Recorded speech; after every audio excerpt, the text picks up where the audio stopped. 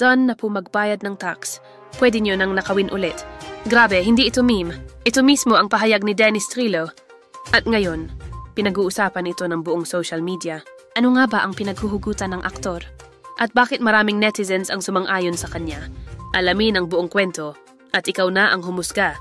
Sa gitna ng sunod-sunod na isyu ng korupsyon at kawalan ng pananagutan sa gobyerno, umalingaw-ngaw online ang matapang na rant ni Dennis Trillo, isang pahayag na maraming Pilipino ang nakarelate. Done na po magbayad ng tax. Pwede nyo nang nakawin ulit. Sa kanyang official Facebook page, ibinuhos ng aktor ang inis at pagkadismaya na tila sumasalamin sa damdamin ng mga mamamayang pagod na magbayad ng buwis pero walang nakikitang hustisya o pagbabago. Thousands of netizens reacted, calling his post brutally honest at relatable sa lahat ng taxpayers. Marami ring nagsabing, at least may celebrity na nagsasalita para sa amin. Hindi ito ang first time na naglabas ng ganitong komento si Trillo.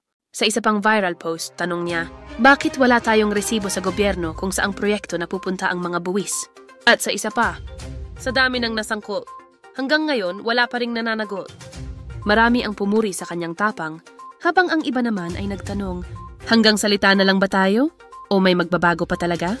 Tanong sa viewers, sang-ayon ka ba kay Dennis Trillo? Tama lang ba na maglabas ng ganitong saloobin laban sa katiwalian? I-comment ang opinion mo sa baba. Like kung pagod ka na rin sa corruption. Share para mas marami ang makadinig ng sigaw ng mga taxpayer. Follow for more fearless truth bombs and trending social commentaries. Labada time? O mas masarap kaya family time? Dito sa Savian Instafresh Laundry Shop, kami na ang gagawa ng dirty work para ikaw focus lang sa bonding with your loved ones. Hindi lang clean and fresh ang damit mo, hassle-free pa ang buhay mo. At guess what? May loyalty card promo pa. On your 5th laundry, may 80 pesos discount ka agad. Sulit, diba?